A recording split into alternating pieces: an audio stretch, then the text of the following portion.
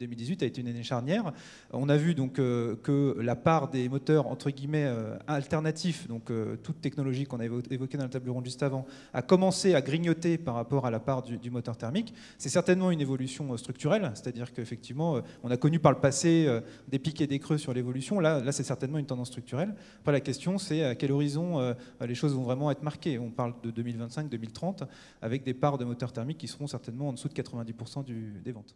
Première chose, il faut basculer vers les offres qui sont mensuelles, louées, expliquer le TCO. Deuxième, évidemment, comme constructeur, il faut faire une communication sur tout ce qui est le frein de client. Il faut expliquer comment on peut faire cette infrastructure sur le wallbox, la prise domestique et tout ça.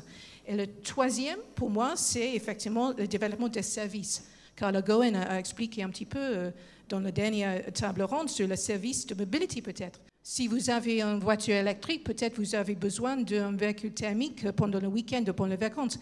Donc ça, c'est les choses qui vont changer. Et enfin, la dernière chose pour le service, évidemment, c'est le car sharing.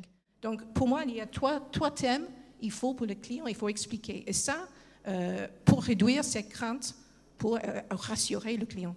Oui, on partage, et je pense que même chez PSA, on partage parfaitement ce sujet.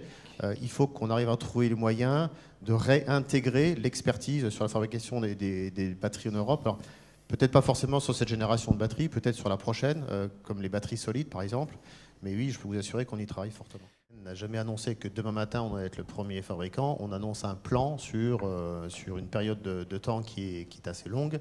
Les véhicules sont soit en train d'arriver, comme Audi qui lance son Audi e-tron ces jours-ci, et Volkswagen qui arrive avec toute sa gamme ID à partir de l'année prochaine.